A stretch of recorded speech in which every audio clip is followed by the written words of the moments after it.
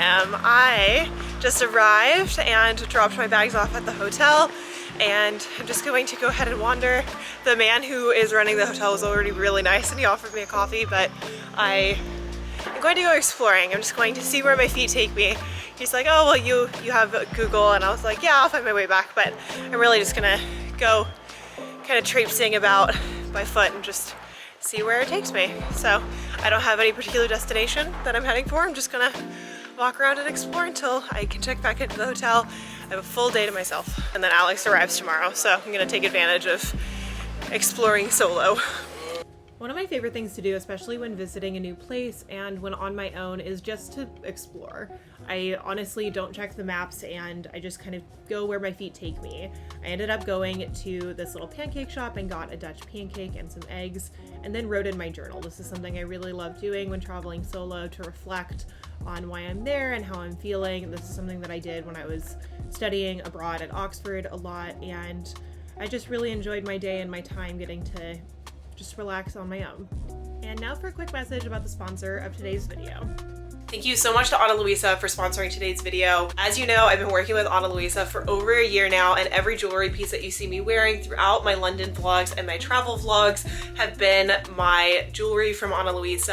I have on this really beautiful pearl necklace today, and my rings that I wear every day, along with my bracelets that I never take off. The one thing that I really love about Ana Luisa is that it is ethically and sustainably sourced material, which reaches a carbon neutral footprint, and also their jewelry is just beautiful and it lasts. I wear my jewelry, like I said, all day. I don't ever take them off, and they're just so beautiful. One other thing that I really like about their company is that they work with micro-influencers, so they support small creators, and they also have incredible representatives for their team. I've been lucky enough to work with Andrea for over a year now, and I just really like working with Ana Luisa. So if you're wanting to pick up some pieces for the summer, they add new jewelry to their collection all the time, so there's always fresh new material for you to add to your wardrobe. I have so many different pieces that I'm constantly switching out, and I absolutely love everything that I've gotten from them. So go ahead and check out their current promotion in the link down below, see which pieces might be perfect for you this summer, and keep an eye out for any pieces that I'm wearing throughout this video,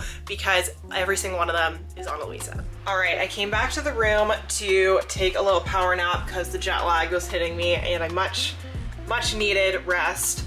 And now I have changed outfits. I'm wearing my little Reformation skirt that I had in the last vlog, and I just have my little set active like fanny pack, because I basically have my backpack or this, and I really don't want to carry around my backpack anymore because it's quite heavy. And so I'm just gonna take this with me: camera, my phone, wallet, and my room key. That's essentially all I'm gonna take with me. So I am actually gonna go meet a follower for a coffee. She's a student at the University of Amsterdam, and so I'm gonna go meet up with her. I'd say one of the biggest perks about being an online content creator are all the people that you get to meet.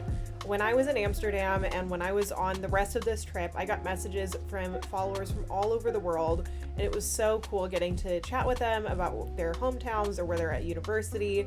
On this day, I ended up actually meeting up with two of my followers, and one of them is a student at the University of Amsterdam studying history. She showed me around the department in the student building, which was actually the old headquarters of the Dutch East India Company, which, as somebody who's been studying slavery in the Atlantic world in the early modern period for the last 5 years, was really interesting to get to see in person. Afterward, we grabbed a little bit of a drink, and then I headed off to go have dinner with another follower on the other side of town.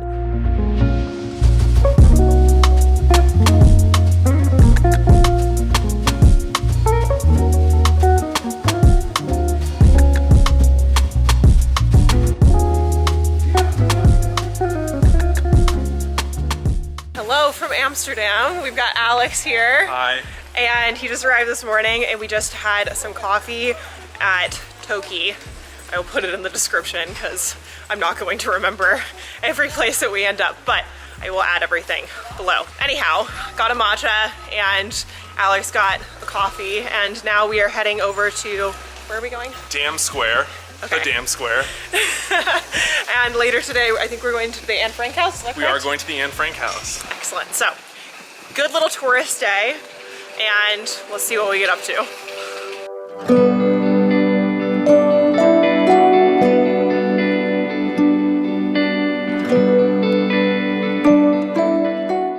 Alex is a friend that I I met back in 2018 while studying abroad at Cambridge, and we've always talked about going on a trip together, and this summer finally presented the opportunity. We had talked about where it is what we wanted to go, and Amsterdam seemed like one of the best fits because it meant that I was going to be able to go to London afterward and also see a bunch of the places that I had read about but had never actually been to. We had some really great food. We also went up on this rooftop and had such a lovely full day of walking around Amsterdam that I ended up with the worst blisters on my feet imaginable. And then it was time to head to Belgium. Okay, so we stopped at the base at Waterloo, and they had a restaurant there. We asked if it was open, and they said yeah. And they handed us a menu and like dropped us at a table, and so we ordered drinks. And then the guy comes over and we're like, oh, we're ready to order, and he's like, no, doesn't open till 12.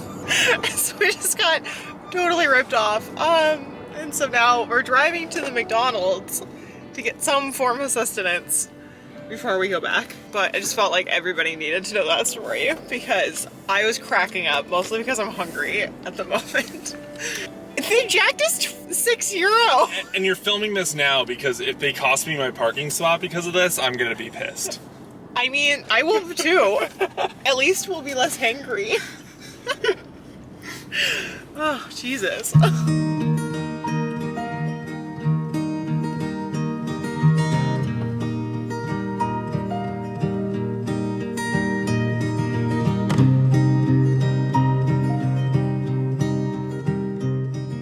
Although my research interests as a PhD student focus on the 17th and 18th century, I'm also really fascinated by the concept of revolution and the aftermath of the American Revolution, for example, the French and Haitian Revolution. David Armitage wrote this really incredible book that I read back in undergrad about the Declaration of Independence and how its language was used in the French Revolution, Haitian Revolution, as well as other efforts for freedom. So although I'm not an expert on the French Revolution, it was really cool getting to go to Waterloo and see the historical site. All right, we have left Waterloo, and they had this really cool like 4D video thing, this like wraparound room. It was very interesting. Napoleon looked exactly like Joe Pesci. And everything was very, very in French. And now we're in Ghent. It's a place that my dad recommended when I was saying that we were going to Bruges. So we're spending the afternoon here, and it's been really nice to just take the car around. And I'm definitely a little wiped from yesterday, but having a good time. And now we're just gonna explore and see what Ghent has to offer.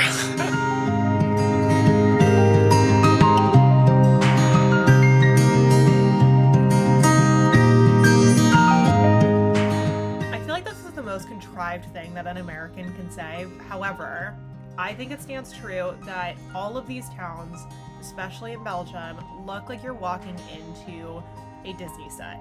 I truly felt like I was in the middle of Disney World, except I wasn't. I was in this beautiful town that had these medieval structures and the most incredible food. I stopped at this patisserie and got a little hot chocolate before we headed off over to Bruges. Running from Bruges, Alex just went back to the hotel to drop off the band-aids that we had to pick up because I have a massive blister on the bottom of both of my feet, and he had a blister on the top of his foot, so he had to run back the box.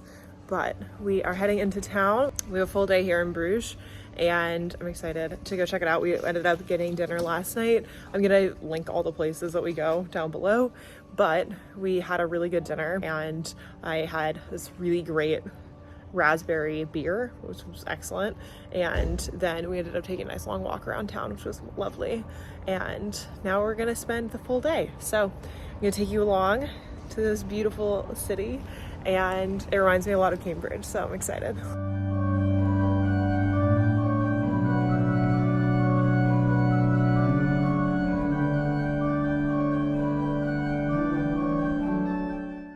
I have to say, one of my favorite parts of this trip was definitely visiting Bruges. Look at all these really beautiful horses. I, as a former horse girl, really love seeing horses out and about.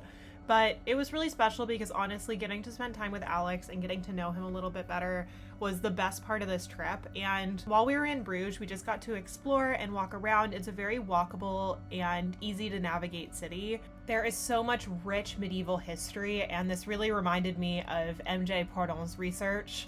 Dr. MJ Pardon is a historian of medieval legal history. They were a former graduate from the PhD program at Yale. And so as I was going through these museums and seeing all of these medieval manuscripts, I just kept thinking about their research and their TikTok content.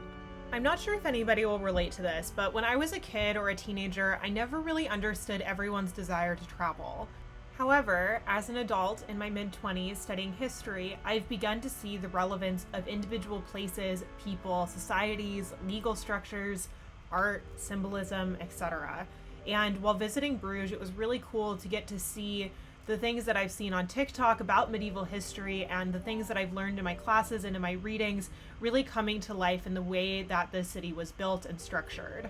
All that being said, if you have a chance, I definitely recommend a day trip in Bruges.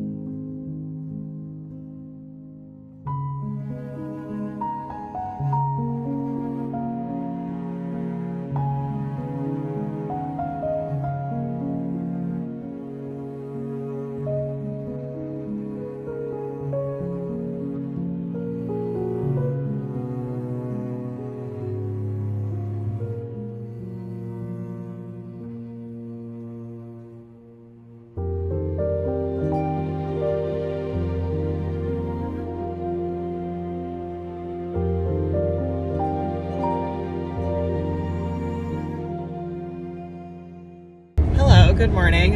It is now Monday. I feel like I'm like losing track of time, the day of the week. But we spent the day out in Bruges yesterday, and now we are on the road to Luxembourg. We hit a ton of traffic, which we weren't expecting, but now we are free rolling down this road. We've got about a while. 2 hours. We've got 2 more hours of this drive. We're going to Luxembourg, and it's a little overcast today. We got like a beautiful sunny day yesterday and got a bit of a sunburn, but now we've got a little overcast skies, so trench coat and brought a hat just in case it rains. But we'll check in once we get to the city because we got a little ways to go.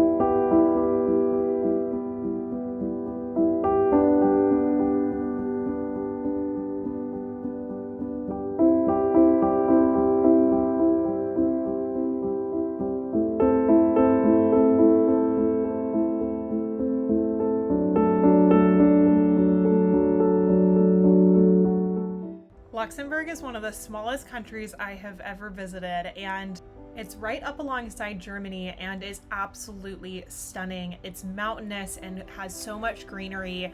The main city of Luxembourg in particular was really beautiful and rich. You can tell that this economy is booming. And although it is a bit of a central hub for shopping, eating, and for visiting as a tourist, it was actually very quiet. However, my favorite part about our visit to Luxembourg City was actually getting to venture outside of it and going down the mountain along the riverside.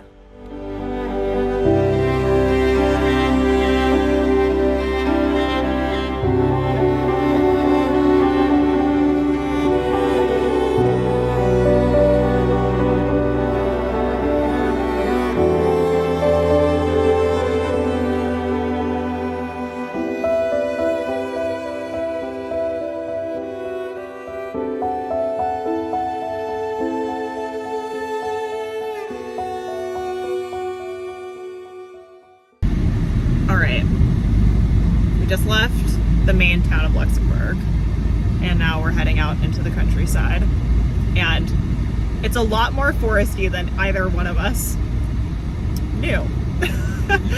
But it's really beautiful, and we took like a little hike around the city and went down to the Old Town? Yeah. And it was beautiful. And also a lot warmer today than we were both expecting because it was quite cold this morning and overcast, but it's a bit humid.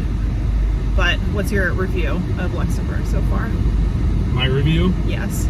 Love it. Micronation 3.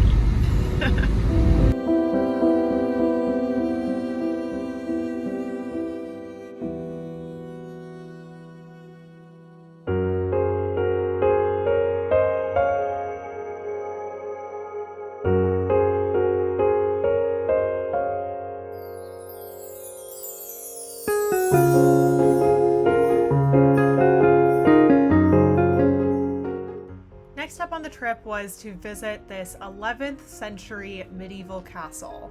This was on the outskirts of Luxembourg, up in the secluded mountains, and as somebody that loves studying history, the thing that kept crossing my mind is who would have come here, how they would have traveled, and what it is they might have done when they arrived. The way that the castle was actually marked really emphasized torture and the dungeons, which I thought was an interesting choice historically, but it was very cool nonetheless. Then on our way back to Belgium, it actually routed us through Germany. I have never been to Germany, however, my family is from there and I am very interested in German history, so definitely need to plan a trip back in the future. And now let's head on to Antwerp. Good morning from Antwerp. Alex and I left our place in Bruges yesterday after getting back from Luxembourg, and now we are in Antwerp. He's off getting a coffee and he wanted to get Starbucks, but I wanted something a little bit more local bakery because I've had a lot of Starbucks over this trip. So here I am in Antwerp. It's beautiful. I'll take you along for the day.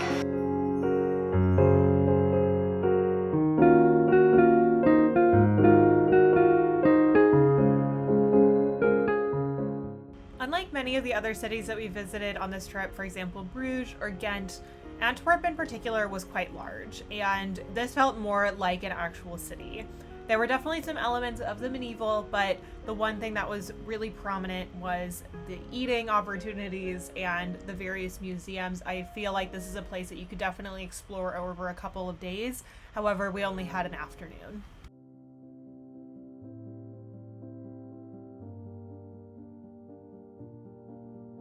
And that leads us to the end of today's vlog. Please remember to like, follow, subscribe, and check out On Lisa in the description, as well as hang around for the next video. See you next time, everyone.